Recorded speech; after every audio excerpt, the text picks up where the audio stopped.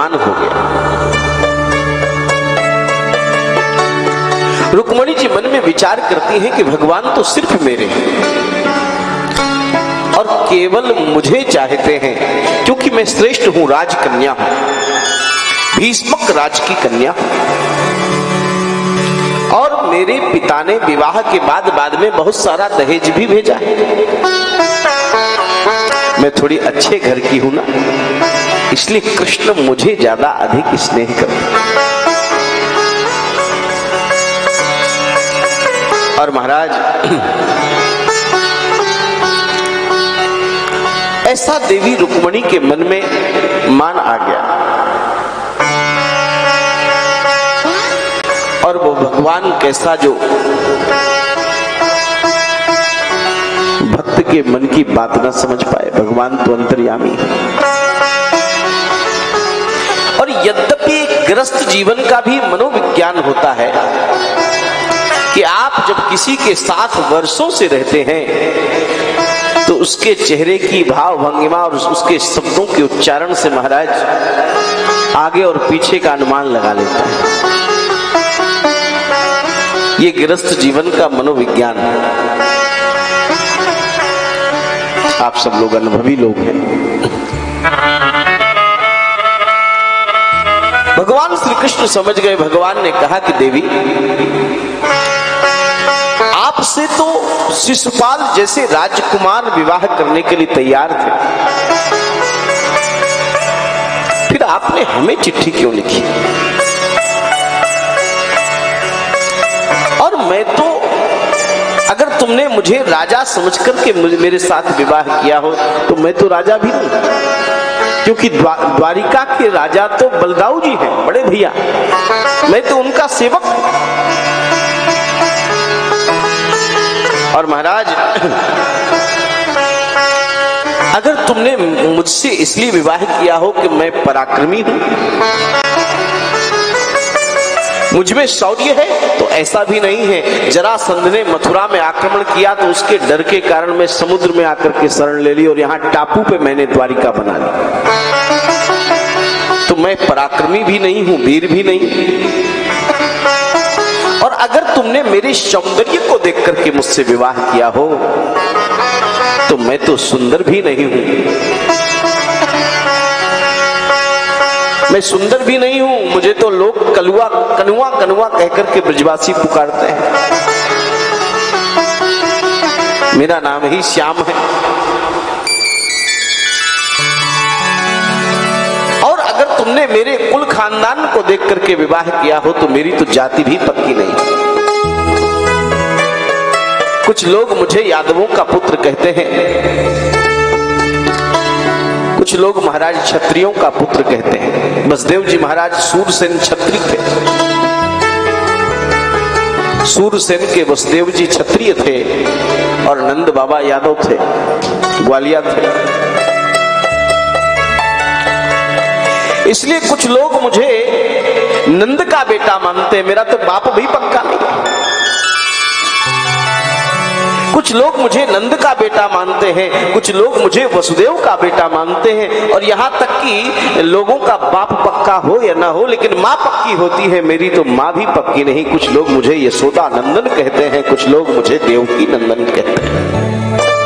लेकिन आज भगवान स्वयं रुक्मणी के समक्ष कहते हैं कि देवी, मेरे बाप का पता नहीं, मेरी माँ का पता नहीं, मेरी जाति का पता नहीं, और मेरा कोई चरित्र भी बहुत अच्छा नहीं। लोग मुझे चोर कहकर के पुकारते हैं।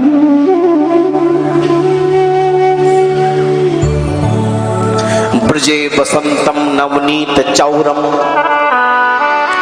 ब्रजांगनानाम चतुकूल चौरम। मैंने ब्रज गोपियों का माखन चुराया, मैंने ब्रज गोपियों के वस्त्रों को चुराया, चीरहरण। और इतना ही नहीं, चौराग्रगण्यम पुरुषम नमामि। मुझे तो लोग चोरों का सरदार कहते हैं।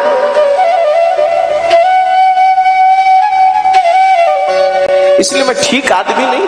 आपने ठीक व्यक्ति का चयन अपने पति के रूप में नहीं किया, और अभी भी वक्त है, आप कहें तो आपका विवाह चेदी देश के राजा महाराज शिशुपाल के संग करा दिया जाए। और जैसे ही रुक्मणी जी ने ये बात सुनी कि आपका विवाह अन्यत्र कहीं, और महाराज हृदय की सुधि भूल गई, हृदय कांप गया, मूर्छित होकर के भूमि में गिर पड़े। और जैसे ही मूर्छित होकर के भूमि में श्री रुक्मणी जी गिरने लगी, भगवान द्विभुज से चतुर्भुज रूप में परिणत हो गए। बोलिए द्वारकाधीश भगवान की जय हो। द्विभुज से चतुर्भुज रूप में, और दो भुजाओं से रुक्मणी को संभाला है। एक भुजा से रुक्मणी के माथे के पसीने को पोंछने लगे, और महाराज एक भुजा से महाराज पंखा चलने लगे। देवी रुक्मणी मूर्छित, होश नहीं आ रहा।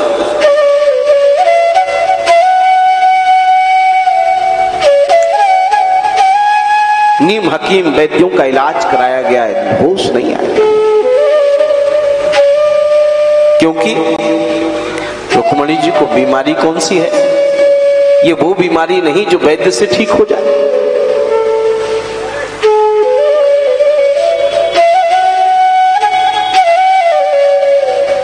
कि नवजिया वैद्य क्या जाने, इन्हें दिल की बीमारी है। कि नवजिया वैद्य क्या जाने, इन्हें दिल की बीमारी है।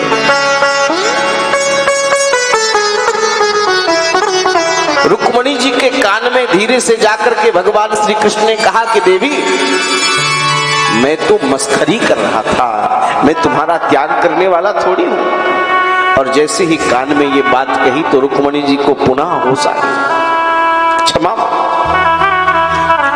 और सुंदर संवाद रुक्मणी देवी ने किया है भगवान के साथ, और भगवान के एक एक प्रश्न का उत्तर दिया है। हाथ जोड़ करके देवी रुक्मणी ने कहा कि आप कहते हैं प्रभु मेरे जन्म का कोई ठिकाना नहीं, मेरा कोई बाप नहीं, मेरी कोई मां नहीं। देवी रुक्मणी ने कहा कि आप तो अजन्मे हैं, और आप तो प्रकट होते हैं। परम पिता का पिता बनने का साहस कौन कर सकता है? आप ठीक ही तो कहते हैं मेरा कोई बाप नहीं, मेरा कोई मां, मेरी कोई मां नहीं। संसार की किस नारी के गर्भ में इतनी ताकत है जो आपके तेज को संभाल सके? इसलिए प्रभु आप तो अजन्मे हैं, आप ठीक ही कहते हैं।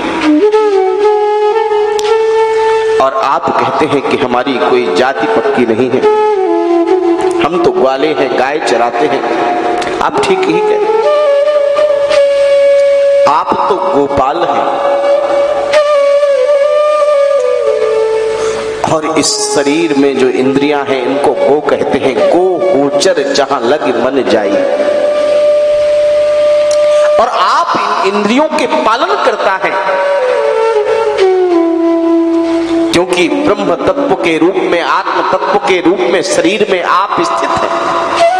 अगर शरीर से वो ब्रह्म तत्व निकल जाए तो ये इंद्रियां निष्क्रिय हो जाती है। जैसे आप आत्मा कहते हैं, शरीर से आत्मा निकल जाए तो क्या आंख देख सकते हैं? क्या कान सुन सकते हैं? इसलिए आप ठीक ही कहते हैं, आप तो गोपाल हैं, आप इंद्रियों के पालक हैं। और महाराज आपने ठीक कहा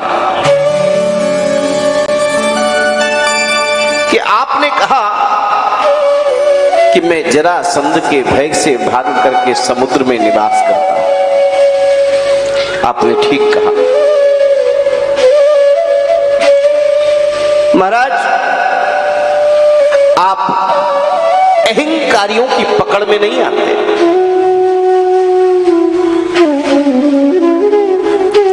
और आप अहंकारियों की पकड़ में नहीं आते, लेकिन भक्तों के हृदय रूपी समुद्र में छुप जाया करते हैं। इसलिए आप समुद्र में निवास करते हैं। और महाराज, और आप ठीक कहते हैं कि मैं आपके योग्य नहीं। आपने ठीक कहा, आपने ठीक कहा कि मैं आपके योग्य नहीं। और रुक्मिणी जी कहती हैं कि ठाकुर, यही बात तो मैं भी कह रही हूं कि ऐसे परम पुरुष के योग्य मैं कैसे हो सकती हूं। मैं आपके योग्य नहीं, मैं तो आपके चरणों की दासी हूं।